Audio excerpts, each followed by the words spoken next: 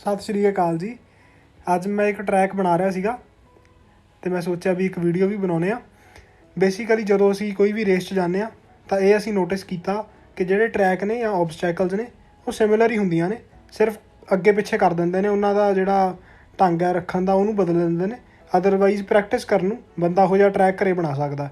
तो हुण मैं फीता लैके ते आ पिछे मिहनती कीती है तो मैं अंदाज़ा ला लिया तो एक कागज़ ते रफ डिज़ाइन भी बना लिया।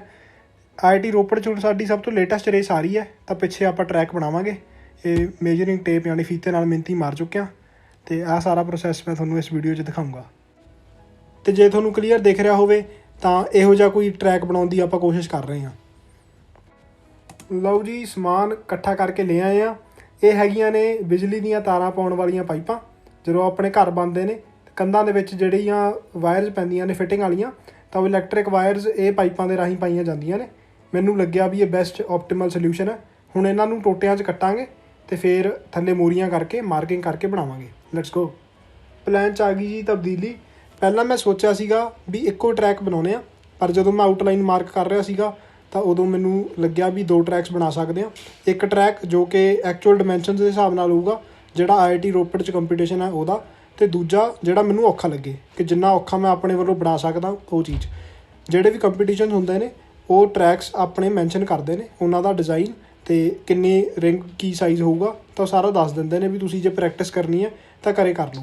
ਜਦੋਂ ਮੈਂ ਟਰੈਕ ਬਣਾ ਰਿਹਾ ਸੀ ਤਾਂ ਇੰਨੇ 'ਚ ਹਨੇਰਾ ਹੋ ਗਿਆ। ਪਲੈਨਿੰਗ ਕਰਕੇ ਫਿਰ ਆਪਾਂ ਪਾਈਪਾਂ ਵਗੈਰਾ ਲਾ ਲਈਆਂ, ਪਰ ਉਡਾਉਣ ਵੇਲੇ ਮੈਨੂੰ ਲੱਗਿਆ ਵੀ ਹਨੇਰਾ ਨਹੀਂ ਉਡਾਉਣਾ ਚਾਹੀਦਾ, ਪਰ ਕਿਉਂਕਿ ਤਸੱਲੀ ਨਹੀਂ ਸੀ ਹੋਈ ਤਾਂ ਫਿਰ ਮੈਂ ਰਾਤ ਨੂੰ ਉਡਾਈ ਗਿਆ ਜਦੋਂ ਤੱਕ ਮੈਨੂੰ ਖੁਸ਼ੀ ਨਹੀਂ ਮਿਲੀ।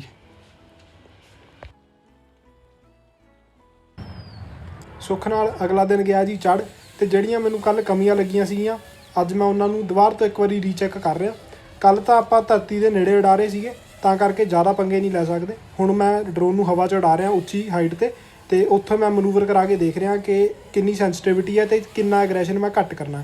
ਦੋ ਜਿਹੜੀਆਂ ਮੈਨੂੰ ਕਮੀਆਂ ਲੱਗੀਆਂ ਮੇਜਰ, ਕਿ ਇੱਕ ਤਾਂ ਅਗਰੈਸਿਵਨੈਸ ਬਹੁਤ ਜ਼ਿਆਦਾ, ਇੰਨੇ ਅਗਰੈਸਿਵ ਡਰੋਨ ਨੂੰ ਥੱਲੇ ਕੰਟਰੋਲ ਕਰਨਾ ਔਖਾ ਹੈ, ਅਤੇ ਦੂਜੀ ਗੱਲ ਵੀ ਇਹਦੇ ਰੇਟਸ ਜਿਹੜੇ ਮੈਂ ਪ੍ਰੋਗਰਾਮ ਕੀਤੇ ਨੇ ਉਹ ਮੈਨੂੰ ਘਟਾਉਣੇ ਪੈਣਗੇ, ਉਹਦੇ ਨਾਲ ਵੀ ਅਗਰੈਸ਼ਨ ਘਟੂਗਾ। ਡਰੋਨ ਨੂੰ ਖੁੱਲ੍ਹੇ ਅਸਮਾਨ 'ਚ ਹਾਈ ਸਪੀਡ 'ਤੇ ਉਡਾਉਣਾ ਇੱਕ ਬਹੁਤ ਮਜ਼ੇ ਵਾਲਾ ਕੰਮ ਹੈ, ਪਰ ਦੂਜੇ ਪਾਸੇ ਜੇ ਆਪਾਂ ਧਰਤੀ ਦੇ ਨੇੜੇ ਰੱਖ ਕੇ ਅਤੇ ਕੋਈ ਓਬਸਟੈਕਲਸ ਦੇ ਵਿੱਚੋਂ ਉਡਾਉਣਾ, ਬਹੁਤ ਛੋਟੀਆਂ ਓਬਸਟੈਕਲਸ 'ਚੋਂ, ਉਹ ਇੱਕ ਡਿਫਰੈਂਟ ਕਲਾ ਹੈ। ਤਾਂ ਉਹ ਦੋਨਾਂ ਦਾ ਹੁਣ ਬੈਲੈਂਸ ਬਣਾਉਣਾ ਪਊਗਾ। ਜਿਹੜਾ ਆਪਣਾ ਦੂਜਾ ਡਰੋਨ ਹੈ ਉਹ ਤਾਂ ਬਹੁਤ ਹੀ ਪਿਆਰ ਨਾਲ ਉੱਡਦਾ, ਪਰ ਇਹਨੂੰ ਆਪਾਂ ਇਹਦਾ ਅਗਰੈਸ਼ਨ ਘਟਾ ਕੇ ਇਹਨੂੰ ਵੀ ਪਿਆਰ ਨਾਲ ਉਡਾਉਣਾ।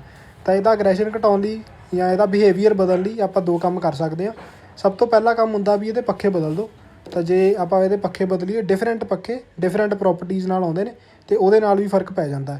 ਜਿਹੜੇ ਹੁਣ ਲੱਗੇ ਨੇ ਆਹ ਕਾਲੇ ਰੰਗ ਦੇ, ਇਹ ਹੈਗੇ ਨੇ ਰੇਸਿੰਗ ਪ੍ਰੋਪਸ ਅਤੇ ਇਹ ਜ਼ਿਆਦਾ ਅਗਰੈਸਿਵ ਨੇ। ਜਿਹੜੇ ਉਹ ਤੋਂ ਬਾਅਦ ਲਾਏ ਨੇ ਇਹ ਹੈਗੇ ਨੇ ਜ਼ਿਆਦਾ ਸਟੇਬਲ ਅਤੇ ਐਕੂਰੇਟ ਫਲਾਈਟ ਪ੍ਰੋਵਾਈਡ ਕਰਨ ਲਈ।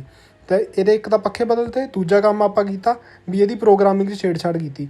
ਜੇ ਆਪਾਂ ਇਹਦੇ ਪ੍ਰੋਗਰਾਮਿੰਗ 'ਚ ਇਹਦੇ ਰੇਟਸ ਜਾਂ ਇਹਦੀ ਮੂਵਮੈਂਟ ਦਾ ਸਟਾਈਲ ਜਾਂ ਇਹਦੇ ਫਲਾਈਟ ਮੋਡਸ ਬਦਲ ਦਈਏ, ਉਹਦੇ ਨਾਲ ਵੀ ਫ਼ਰਕ ਪੈ ਜਾਂਦਾ। ਆਪਾਂ ਇਹਨੂੰ ਕੈਲੀਬਰੇਟ ਕਰਕੇ ਅਤੇ ਇਹਦੇ 'ਚ ਬਹੁਤ ਸਾਰੀਆਂ ਚੇਂਜਸ ਪ੍ਰੋਗਰਾਮਿੰਗ ਦੇ ਵਿੱਚ ਹੀ ਕਰ ਸਕਦੇ ਹੁੰਦੇ ਹਾਂ। ਆਹ 2 ਕੰਮ ਕਰਕੇ ਮੈਂ ਇਹਦੇ ਸੁਭਾਅ 'ਚ ਫ਼ਰਕ ਪਾ ਲਿਆ ਜੀ। ਡੇ 2 ਕੱਲ੍ਹ ਜਿਹੜੀਆਂ ਮੈਨੂੰ ਕਮੀਆਂ ਲੱਗੀਆਂ ਮੈਂ ਉਹਨਾਂ ਨੂੰ ਅੱਜ ਸੁਧਾਰਨ ਦੀ ਕੋਸ਼ਿਸ਼ ਕਰ ਰਿਹਾ। ਸਭ ਤੋਂ ਪਹਿਲਾ ਕੰਮ ਤਾਂ ਕੀਤਾ ਆਪਾਂ ਪੱਖਿਆਂ ਦਾ ਰੰਗ ਬਦਲਿਆ, ਮਤਲਬ ਇਕੱਲਾ ਰੰਗ ਹੀ ਨਹੀਂ ਬਦਲਿਆ, ਪੱਖਿਆਂ ਦੀਆਂ ਡਿਫਰੈਂਟ ਸਪੈਸੀਫਿਕੇਸ਼ਨ ਹੁੰਦੀਆਂ ਨੇ।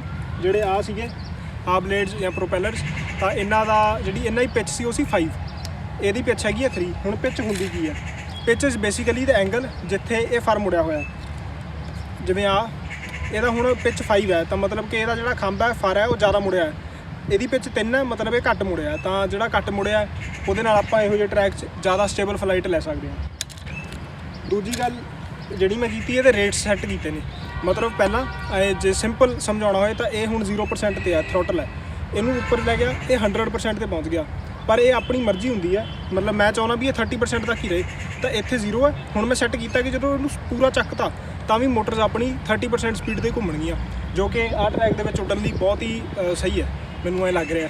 ਬਾਕੀ ਹੱਥ ਹੁਣ ਟਿਕਾਉਣਾ ਵੀ ਆਹ ਜਿਹੜਾ ਡਰੋਨ ਹੈ ਇਹ 'ਤੇ ਮੇਰਾ ਹੱਥ ਜ਼ਿਆਦਾ ਟਿਕ ਗਿਆ, ਜਾਂ ਇਹ ਕਹਿ ਸਕਦੇ ਹਾਂ ਵੀ ਇਹ ਪਹਿਲਾਂ ਹੀ ਇੰਨਾ ਸਮੂਥ ਸੀਗਾ, ਇਹਨੂੰ ਉਡਾਉਣ 'ਚ ਮਜ਼ਾ ਆ ਰਿਹਾ, ਉਹ ਅਜੇ ਔਖਾ ਉੱਡਦਾ। ਤਾਂ ਸ਼ਾਇਦ ਹੁਣ ਮੇਰਾ ਮਨ ਡਾਵਾਂਡੋਲ ਹੋ ਰਿਹਾ, ਸ਼ਾਇਦ ਮੈਂ ਫਾਈਨਲ ਰੇਸ ਚਾੜ੍ਹ ਆਵਾਂ, ਪਰ ਦੇਖਾਂਗੇ। Let's start. ਅਤੇ ਮੇਨ ਡਿਸਾਈਡਿੰਗ ਫੈਕਟਰ ਕੋਈ ਵੀ ਕੰਪੀਟੀਸ਼ਨ ਹੁੰਦਾ ਵੀ ਤੁਹਾਡੀ ਪ੍ਰੈਕਟਿਸ ਕਿੰਨੀ ਹੈ। ਬਾਕੀ ਗੱਲਾਂ ਇੱਕ ਪਾਸੇ ਅਤੇ ਪ੍ਰੈਕਟਿਸ ਇੱਕ ਪਾਸੇ। ਤਾਂ ਹੁਣ ਸਿਰਫ ਇੱਕ ਚੀਜ਼ ਰਹਿ ਗਈ, ਉਹ ਹੈਗੀ ਹੈ ਪ੍ਰੈਕਟਿਸ। ਦੇਖਣ ਨੂੰ ਸ਼ਾਇਦ ਤੁਹਾਨੂੰ ਸਿਰਫ ਡੰਡੇ ਗੱਡੇ ਲੱਗ ਰਹੇ ਹੋਣਗੇ, ਮਤਲਬ ਐਂ ਦੇਖਣ ਨੂੰ ਟਰੈਕ ਨਹੀਂ ਲੱਗਦਾ, ਪਰ ਅਸਲ 'ਚ ਇੱਕ ਟਰੈਕ ਹੈ ਅਤੇ ਟੂ ਦ ਸਕੇਲ ਹੈ। ਉਹਨਾਂ ਨੇ ਜਿਹੜਾ ਸਾਨੂੰ ਟਰੈਕ ਜਿਵੇਂ ਪ੍ਰੋਵਾਈਡ ਕੀਤਾ ਉਹਦਾ ਹੂ ਬਹੂ ਇੱਥੇ ਅਸੀਂ ਇੱਕ ਰੈਪਲੀਕਾ ਬਣਾਇਆ। ਅਤੇ ਉਂਝ ਕੀ ਹੁੰਦਾ ਹੈ, ਅਤੇ ਸੱਜੇ ਖੱਬੇ ਬੈਰੀਅਰ ਲੱਗੇ ਹੁੰਦੇ ਨੇ, ਜਿਵੇਂ ਟਨਲ ਹੁੰਦੀ ਹੈ ਜਾਂ ਲੱਕੜ ਦਾ ਕੁਛ ਲਾ ਦਿੰਦੇ ਨੇ ਜਾਂ ਨੈੱਟ ਵਗੈਰਾ ਲਾ ਦਿੰਦੇ ਨੇ ਵੀ ਉਹਦੇ ਸੱਜੇ ਖੱਬੇ 'ਚ ਤੁਸੀਂ ਹਿੱਟ ਕਰਦੇ ਹੋ ਤਾਂ ਫਾਊਲ ਮਿਲਦਾ। ਪਰ ਮੈਂ ਇੱਥੇ ਅੰਦਾਜ਼ੇ ਨਾਲ ਮਤਲਬ ਆਪਣੀ ਮਰਜ਼ੀ ਨਾਲ ਬਹੁਤ ਸਟ੍ਰਿਕਟ ਰੂਲਸ ਰੱਖ ਕੇ ਉਡਾ ਰਿਹਾ, ਕਿਉਂਕਿ ਇਹ ਐਂ ਸੌਖਾ ਲੱਗ ਰਿਹਾ ਵੀ ਜਦੋਂ ਜੀ ਗਿਆ ਤਾਂ ਪੱਟ ਲਓ, ਲਈ ਤਾਂ ਲਾ ਲਓ। ਤਾਂ ਉਹਦੇ 'ਚ ਮੈਂ ਜ਼ਿਆਦਾ ਮਿਹਨਤ ਨਹੀਂ ਕੀਤੀ ਅਤੇ ਇਹਦੇ 'ਚ ਹੁਣ ਬਸ ਪ੍ਰੈਕਟਿਸ ਹੀ ਕਰਨੀ ਹੈ। ਸਾਡੇ ਕੋਲ ਸੁੱਖ ਨਾਲ ਹੈਗੇ ਨੇ ਅਜੇ 3 ਦਿਨ, 3 ਦਿਨਾਂ 'ਚ ਅਸੀਂ ਪ੍ਰੈਕਟਿਸ ਕਰਕੇ ਅਤੇ ਆਹ ਜਿਹੜਾ ਛੋਟਾ ਡਰੋਨ ਉੱਡ ਰਿਹਾ ਹੁਣ ਇਹ ਬਹੁਤ ਹੀ ਜ਼ਿਆਦਾ ਸਟੇਬਲ ਹੈ। ਤਾਂ ਮੇਰਾ ਮਨ ਡਾਵਾਂਡੋਲ ਹੋ ਰਿਹਾ, ਮੈਨੂੰ ਲੱਗ ਰਿਹਾ ਵੀ ਸ਼ਾਇਦ ਮੈਂ ਇਹੀ ਉਡਾਊਂਗਾ। ਅਤੇ ਦੂਜੇ ਨਾਲ ਵੀ ਮੈਂ ਕਰ ਰਿਹਾ, ਕਿਉਂਕਿ ਦੂਜਾ ਮੈਨੂੰ ਔਖਾ ਲੱਗ ਰਿਹਾ, ਪਰ ਮੈਂ ਉਹਦੇ ਨਾਲ ਵੀ ਟਰਾਈ ਕਰ ਰਿਹਾ।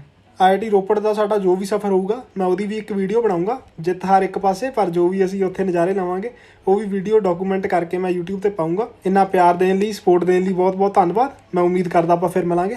ਖੁਸ਼ ਰਹੋ।